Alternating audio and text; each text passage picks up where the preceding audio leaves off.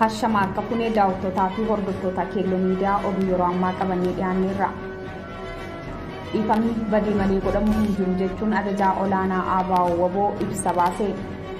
Antooniyoo Guutaarees Itoophiyaan hidhamaa siyaasaa hiikuu jalqabutti gammachuu qaban ibsatan.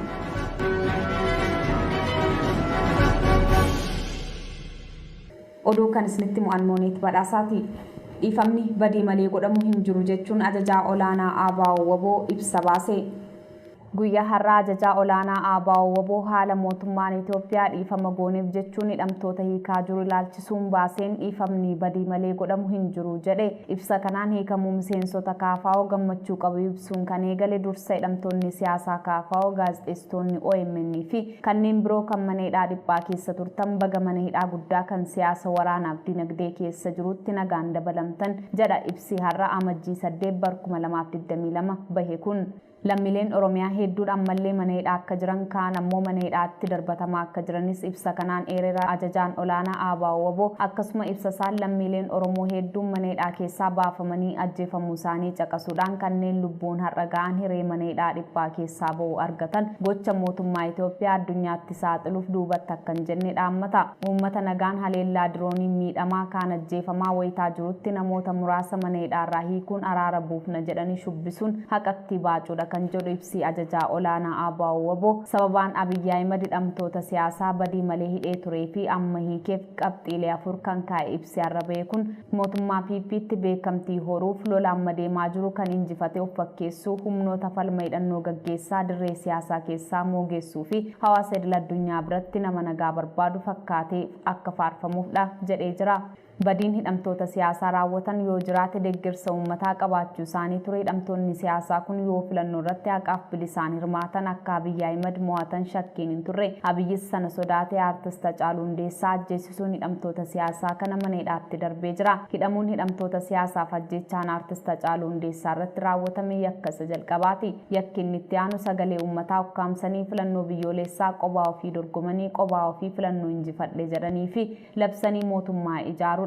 Yakki sadaffaan ammoo maqaa mootummaan beekamtii uummataa hin qabneen lola hin feesisne seenuun dhabama lubbuu kumaatamaaf qabeenyaa kitila hedduu dhaqqabsiisuudha jedha ibsi ajajaa olaanaa ABO baase. Qaamoleen mootummaa yakka gurguddaa raawwatan amma irra deebiin maqaa dhiifama jedhuun akka waan yakkamaa ta'anitti mana hidhaarraa baasee holola qindeeffachuu isaattis ibsa kanaan WBOn hubannaan uummataa bakka irra ga'e wallaaluu isaanii irratti ta'uu ibsee jira. Muummeen ministeera mootummaa Itoophiyaa kaleessa erga baga ayyaana qillee geessan jedhu irratti ture ajandaa dhiifamaa kana kan kaase sanaan booda gara galgalaa hidhamtoota siyaasaa paartii KFO TPLF fi kan baaldaraas hidhamanii jiranii kuusaa beeksise. Dhiifama gochuu mootummaan itti fufee jira jechuun kan yeroo ibsi mootummaa kun akka waan namoonni hidhaman kun yakka raawwatanii hidhamanitti ibsuudhaan yakka sana irratti deebi'uu fi yakka hojjetanitti akka waan gaabbanii dhiifama gaafatanii ba'anitti eeree jira. Ibsi WBO ajandaa mootummaan akka dhiifamaatti qabate kaleessa gad ba'e kana qeeqeeraa gama kaaniin hidhamtoonni siyaasaa Oromoo kanneen paartii ABO namuu hin hiikamiin jiran paartiin adda bilisummaa Oromoo hoogganasaa olaanoo irraa hanga miseensotaatti kumootaan lakkaa'amanitti kan mana hidhaa jiran. Mootummaa isaan kana osoo waa'ee isaaniillee hin dubbatiin hidhamtoota siyaasaa kan hiikuun shira of duubaa hin dhabu shakkiin jedhu ka'aa jira. Dhuguma nagaa kan barbaadu yoo ta'e mootummaan hidhamaa siyaasaa Oromoo hunda gadhiisuu qabu uummanni gaafataa jira. Qaamoleen idil addunyaa tarkaanfii mootummaan hidhamaa hiikuun eegale kana galateeffatanillee ammas nagaa buusuuf gahee irraa eegamu mootummaan ba'achuu akka qabu gaafataa jiran. Antooniyoo Guutaarees Itoophiyaan hidhamaa siyaasaa hiikuu jalqabutti gammachuu qaban ibsatan.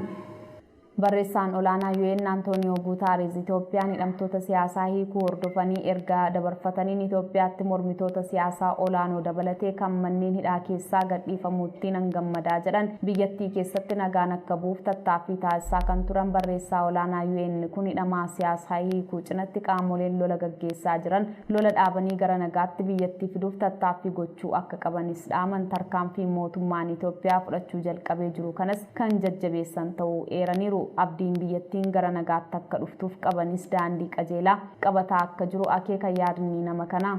Hidhamtoonni siyaasaa Oromoo obbo Jawaar Mohaammed guyyaa kaleessaa hiikamuu isaanii hordofuudhaan uummanni bal'aa Oromoo magaalaa jiru. Hidhamtoonni siyaasaa Oromoo obbo Baqqala Garbaa, obbo Jawaar Mohaammed, Hamzaa Booranaa akkasumas obbo Dajanee Xaafaa dabalatee namoonni 20 galmee obbo Jawaar jalatti hidhamanii turan hiikamuu isaanii hordofuudhaan uummanni bal'aa Oromoo magaalaa jiru mara halkan eedaa ba'ee gammachuu agarsiifataa tureera. daawwattotaa fi hordoftoota keelloo miidiyaa oduu ammaaf qabannee kana gammaa ture qophiilee keelloo afaan waliin turtii gaarii.